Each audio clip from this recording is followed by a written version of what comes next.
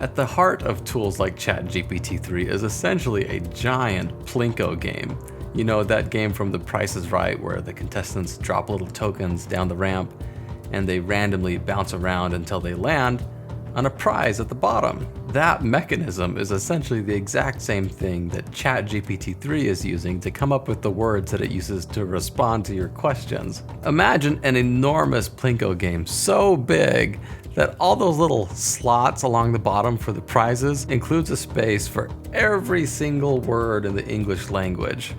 Okay, so now when you ask ChatGPT-3 a question, so for example, maybe something like, complete the following sentence, the quick brown fox jumped over the lazy blank. ChatGPT-3 takes that input and uses it to kind of drop a little token into its Plinko game that it kind of cascades through all the various options and lands on a word that it'll use to complete your query or your question. Now you might be wondering, rightly so, well, isn't that kind of random? It doesn't just sort of randomly cascade through a bunch of words. And the difference is that a Plinko game is just random, but ChatGPT-3 is not. It's not random, it's trained.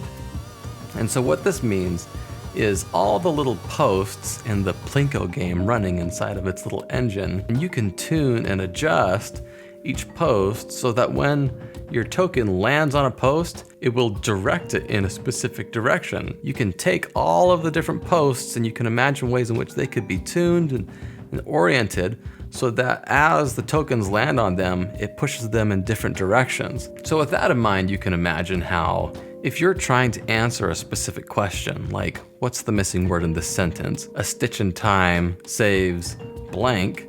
Well, if I fine-tuned all the little posts inside of my Plinko game and then dropped a token through that system, if you tuned it properly, you could have the system set up in such a way that the token lands on the correct word, right? A stitch in time saves 9, as the saying goes. An apple a day keeps the blank blank. These words become the input to the whole system. And as it recognizes this pattern of these words, it has a configuration for how to tune all the little posts in its Plinko game.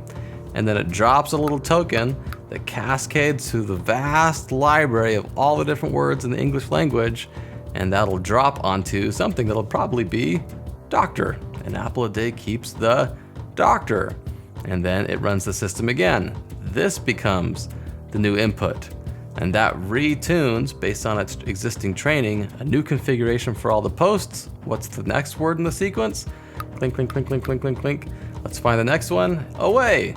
An apple a day keeps the doctor away. This is the simple version of how tools like ChatGPT-3 work. They are essentially just very, very large, sophisticated language calculators. If you've ever prepared a presentation or a talk about something, maybe you've had a situation where you've reached out to a bunch of your friends, you texted them and asked them something like, hey, what's your definition of what it means to be a good leader? And then all your friends kind of give you responses back. This is what a good leader means to me. This is what a good leader means to me. Tools like ChatGPT-3 are kind of similar, but rather than just texting 5 of your friends, essentially what you can do is text out to reference the entire existing body of knowledge for almost everything that's ever been written about the concept of anything. What is a leader? What mathematical formula should I use to calculate how far an apple will fly if I pitch it at 45 degrees and 15 miles an hour? When you ask a question like that to ChatGPT-3, the answer that you're getting back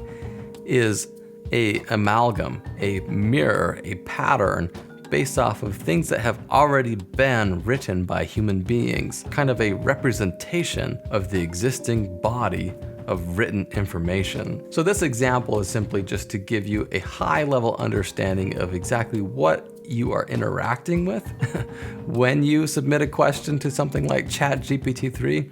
Does it have a brain? Some his brains, Doctor? No, that's just dried blood.